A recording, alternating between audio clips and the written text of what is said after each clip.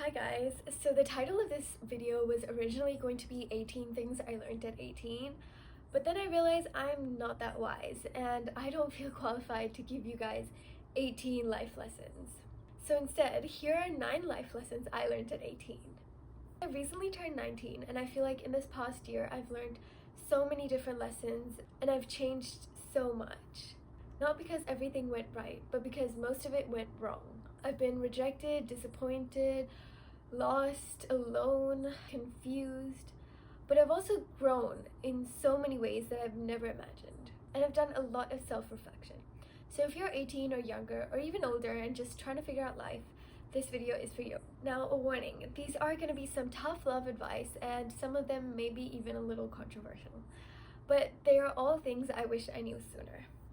So grab a drink, grab a snack, and look at what my brother made me, you guys. It's a strawberry lemon mojito, and it's so good. Okay, so let's move on to the first one. Rejection is redirection, no matter what form it comes in, and I strongly believe this. I learned this quite recently, actually, when I got rejected from a lot of US universities, and I had to take a gap year. It wasn't the only reason, but it was one of the main reasons, and I was so disappointed. But that gap year was probably one of the best decisions I could have made. I mean, I learned so many different things. I got 2 jobs. I got where I learned like marketing, sales, business management, and so much more.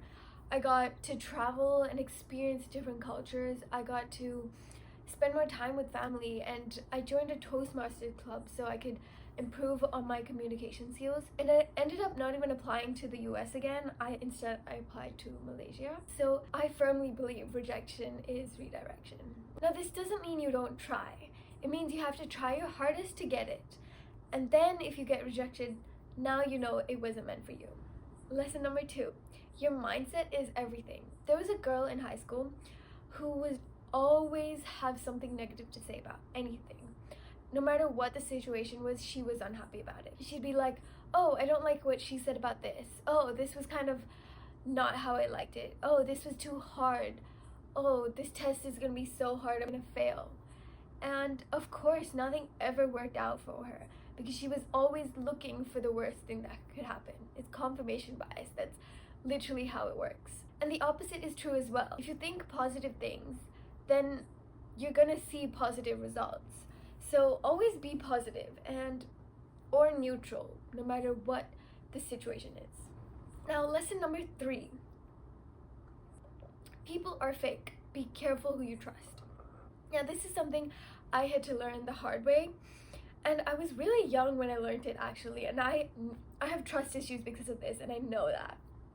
And it wasn't just one big event, if I can recall. It was like many small events that led to this realization that it's not many people are trustworthy. And I can't really remember exactly what happened. I'm pretty sure I've like blocked it out. But yeah, be careful who you trust about the big things. Now, this doesn't mean you're gonna be bitter and closed off to everyone. It means you have to be aware of the things you're telling people. Trust slowly and pay attention to the actions more than the words of people. If other people are spilling other people's secrets, they're more likely to spill yours as well. And also, not everyone who's close to you wants the best for you, so be careful who you trust. And number 4, money does bring happiness to a certain extent. Money gives you choices, it gives you options to decide on what you want to do. I was able to do so many things during my gap year because I had the money. Yes, I had to work for it, and my parents did help, but I was still able to do it because I had the money to pay for it. So yes, money is not everything, but it does give you options. Number 5, consistency is so much more important than perfection. I used to wait until everything was perfect before starting. It had to be so organized, and it had to be in the way that I wanted it to be. But that held me back so much. And I know it's daunting to put something out there that's not perfect, but if I had waited until my first video was the best video I've ever made, I would never have started posting on YouTube. And I know my video was far from perfect, but every video since the first one was a little bit better than the last one. And honestly, that's all that really matters. Eventually, I'll have a video that I really like and that I find perfect. So yeah, consistency beats perfection every time. Okay, lesson number 7. It's okay not to fit in. For most of my school life, I always felt left out.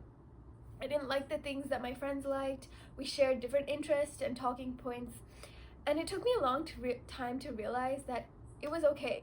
And honestly, life was so much easier once I realized this. I was less stressed out about finding things to talk about and avoided so much unnecessary drama because I wasn't in the in crowd. You won't believe the amount of drama that I've avoided because I was just not interested or not part of the group. And honestly, it was kind of relieving that I wasn't part of it. I mean, don't get me wrong, it was fun to watch and hear about, but if I was involved, I would have been so stressed out about everything, and it would have been such a disaster.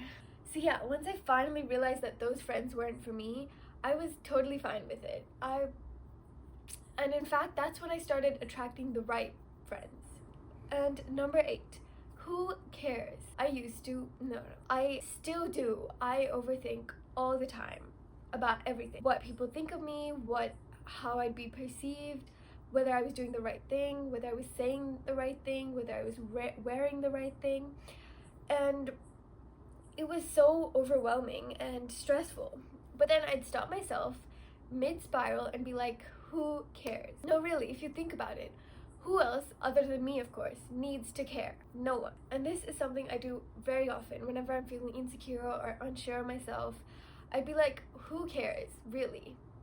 And if you do care, then why are you so obsessed with me? Literally. Go get a life. Why are you so obsessed with me?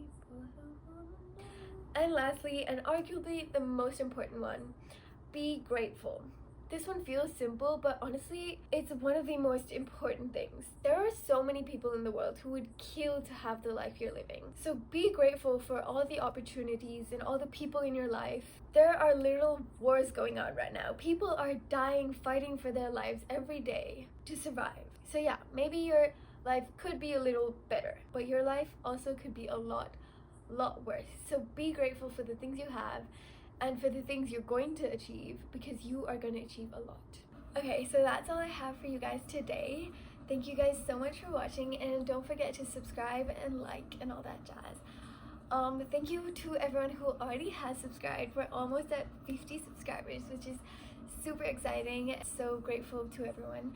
I will be doing a Q&A type session video soon, so if you do have any questions about me or anything, do drop them in the comments and I'll definitely answer them. And yeah, thank you so much for watching. XO.